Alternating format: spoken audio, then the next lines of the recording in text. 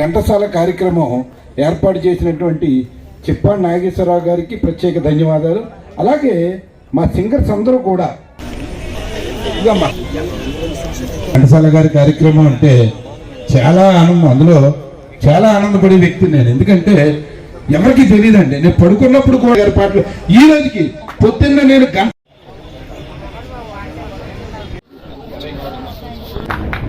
దానికి సినీ సంగీత విభాగాన్ని గాయని గాయకులకి అందరికీ కూడా నా హృదయపూర్వక అభినందనలు తెలియజేసుకుంటాను.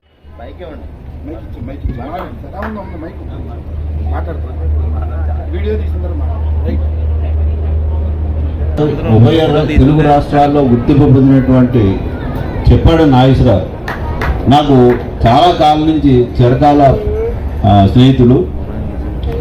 ఘంటసాల గారు అంటేనే, ఆయన పాటలు అంటేనే మహాప్రాణం ఆయనకి అంటే ఆయన మీద ఉన్న, ఆయనలో ఉన్న కళాకారుణ్ణి చంపేయకూడదని ఆయన బతుకున్నంతకాలం ఇలాగే ఘంటసాల గారి యొక్క సంగీత విభాగాన్ని ఎన్నైనా నడపాలి. ఆయనకు ఆరోగ్యం బాగుంటలేదు, అయినా కూడా ఆయనలో ఉన్నటువంటి ఈ తృష్ణని ఎట్లాగైనా సరే కార్యక్రమాలు చేయాలని చెప్పడం జరుగుతుంది.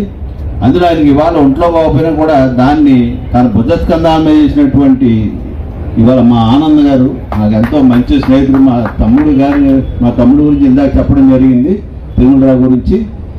వాళ్ళందరూ కూడా మంచి ఆప్త మిత్రులు అనమాట.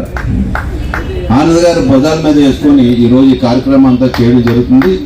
చిప్పాడి నాగేశ్వరరావు గారికి మన ఆంధ్ర, తెలుగు, తెలంగాణ ఉభయ రాష్ట్రాల నుంచి కూడా ఆయనకి రవీంద్ర భారతిలో బ్రహ్మాండమైన ఘన సన్మానం చేయడం జరిగింది. ఎంవి రమణ గారు చీఫ్ జస్టిస్ ఆఫ్ సుప్రీంకోర్టు, ఆయన ఆధ్వర్యంలో ఆయనకి ఘంటసాల గారి యొక్క అవార్డు కూడా ఇవ్వడం జరిగింది. ఆయన అంతే కరెక్టే కదండి. 74లో చనిపోయారు, ఇంచుమించుగా 50 సంవత్సరాలు అయిపోయింది. ఆయన 22లో ఎప్పుడో పుట్టారు, ఇప్పటికి 100 సంవత్సరాలు అయిపోయింది. అప్పుడు ఉన్నటువంటి ఆయన చదివింది అప్పుడు 44లో ఎప్పుడో ఆయన ఈ సినీ ఫీల్డ్లోకి రావడం జరిగింది. అప్పుడు ఉంటున్నటువంటి తరం, దాని తర్వాత తరం, మళ్ళా మా తరం 3వ తరం మాది, ఇప్పుడు ఉన్నటువంటి 4వ తరం, ఇంకా 5వ తరం, 6వ తరం, ఎన్ని తరాలైనా సరే మనుషులు ఉన్నా లేకపోయినా కూడా ఆ మహానుభావుడు ఘంటసాల వెంకటేశ్వరరావు మట్టుకు జీవించే ఉంటారు. ఈ తెలుగు రాష్ట్రాలు ఉన్నంత కాలం జీవించే ఉంటారు. ఆయన ఎంచేదంటే గాన గంధర్వుడు, ప్రత్యేకించి వీటి గురించే పడుతుంటారు. అందులో ఒకడు మన ఘంటసాల వెంకటేశ్వరరావు. ఆయన బాల్యం చాలా చాలా పేదరికంతో ఉండేది. ఇది కృష్ణా జిల్లాలో గుడివాడ దగ్గర చౌటపల్లిలో పుట్టారు. ఆయన వాళ్ళ తండ్రి గారు శివార్చన చేసేవాడు. ఆయన అంటే శివుడి గుడిలో అర్చన చేసుకొని దాని మీద వచ్చినటువంటి అప్పుడు ఉన్నటువంటి ఎవరైనా ఒక పావలా బేడ అణ కాణి వేస్తుంటే దాని మీదే ఆయన సంసారం గడపడం జరిగింది. ఈయనకి హనుమండుగురు సంతానం. ఆయన చిన్నప్పటి నుంచి వాళ్ళ తండ్రి గారు కూడా ఎక్కడైనా ఈ సంగీత కచేరీలకు వెళ్ళడం కూడా జరిగేది. వాళ్ళ తండ్రి గారు ఆయన కూడా వెళ్ళడం బాగా అలవాటు. ఈయనకి వెంకటేశ్వరాన్ని తీసుకొని వెళ్ళిపోవచ్చు చిన్నవారు కనుక. అప్పటి నుంచి కూడా ఆయనకి బుర్రలో ఎక్కింది, ఎలాగైనా సరే సంగీతంలో నేను రథపస్తుని అవ్వాలనే ఉద్దేశంతో ఆయన బుర్రలో ఉండిపోయి, అలాగేంటంటే ఇక్కడ చూస్తే మనకి ఎదరికి వెళ్ళే అవకాశం కనబట్టలేదు అని ఆయన వేలికి ఒక ఉంగరం ఉంటే ఆ ఉంగరాన్ని అమ్మేసి విజయనగరం వెళ్ళిపోయారు. విజయనగరం కళాశాల, సంగీత కళాశాలలో అప్పుడు బాగా పేరు ప్రఖ్యాతి గాంచినటువంటి విజయనగరం సంగీత కళాశాలలోకి వెళ్ళడం జరిగితే వెంటనే ఆయన తీసుకోలేదు. నీకు నేర్పుతాను, అక్కడ కూడా ఏర్పాటు చేస్తానని చేస్తే అక్కడ కొన్నాళ్ళు ఉండి రోజు కూడా, కానీ నీకంటే అక్కడ చేయాలని చెప్పేవాడు.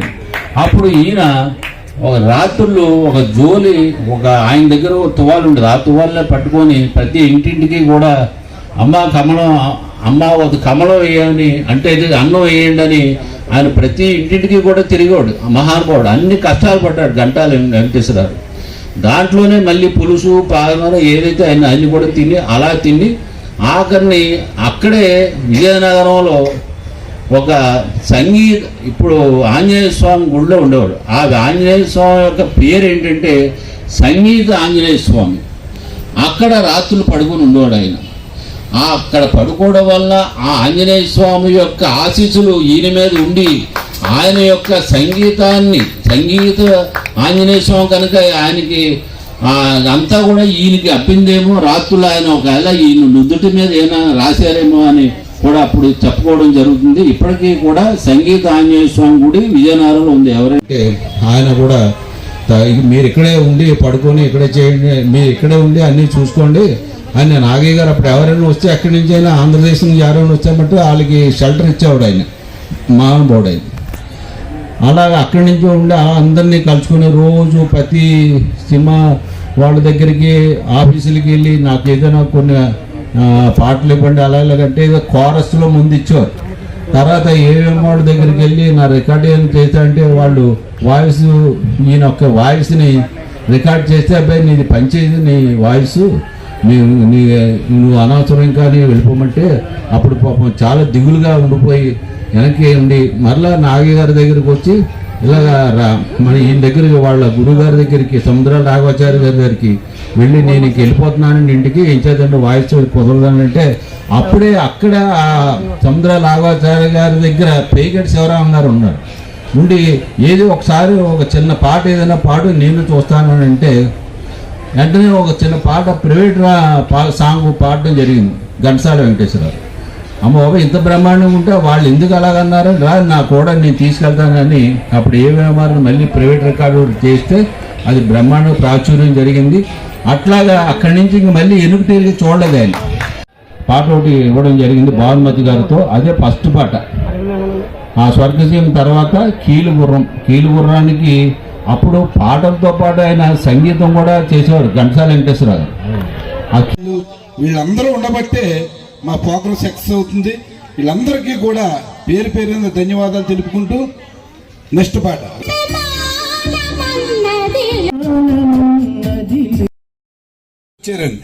మేడం గారు 4 గంటలకు వచ్చి స్టేజీ దగ్గరకు దట్టి ఆ పట్టుదల ఉండాలండి. ఎక్కడ విజయనగరం అండి, ఎక్కడ విజయనగరం నుంచి వచ్చి మేడం గారు మా కోసం ఎదురులో పట్టుదల ఉండాలి. పాటలు అందరూ పాడుతున్నాం, మా టైం మెయింటైన్ చేయకపోతే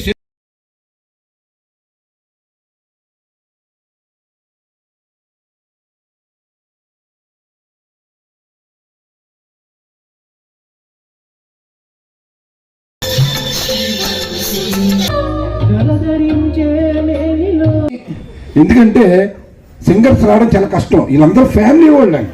సింగర్స్ అంటే బయట పాడేవాళ్ళు కాదు, ఒక 10 తప్పించి వీళ్ళందరూ కూడా ఫ్యామిలీ మనుషులు. అయినా దుర్గా గారు సీనియర్, అలాగే గౌరీ గారు ధవళస్ నుంచి వచ్చిన కృష్ణవేణి గారు, అలాగే మేడం శారద గారు, గౌరీ గారు, వీళ్ళందరూ కూడా అనపర్తి నుంచి వచ్చిన రోజా గారు, విజయనగరం నుంచి వచ్చిన మేడం గారు, వీళ్ళందరూ కూడా పాటల మీద ఒక ఇంట్రెస్ట్, నా మీద అభిమానం. కానీ ఏదైతేనో గ్రాండ్గా ఈ ఈవెంట్ అసలు ఈ ఖాళీయే లేదు. ఘంటసాల పాటలన్న ప్రజలకి ఎందుకంటే ఎక్కడ ఇలాంటి కార్యక్రమాలు ఉండవండి. మాకు సుబ్బారావు గారు అసలు నిజంగా చెప్పాలంటే సుబ్బారావు గారి దయ వల్ల ఈ కార్యక్రమం చేయడానికి మంచి అవకాశం కల్పించారు. అలాగే సుబ్బారావు గారి జీవితంలో మర్చిపోలేం. వచ్చిన పెద్దలందరికీ కూడా ఈ కార్యక్రమాన్ని ఇచ్చేసిన ప్రతి ఒక్కరికి కూడా ఎంజాయ్ చేసిన అందరికీ కూడా పేరు పేరున ధన్యవాదాలు తెలుపుకుంటూ మీ ఏఎస్ ఆనంద్, సినీ యాంకర్, రాజమండ్రి.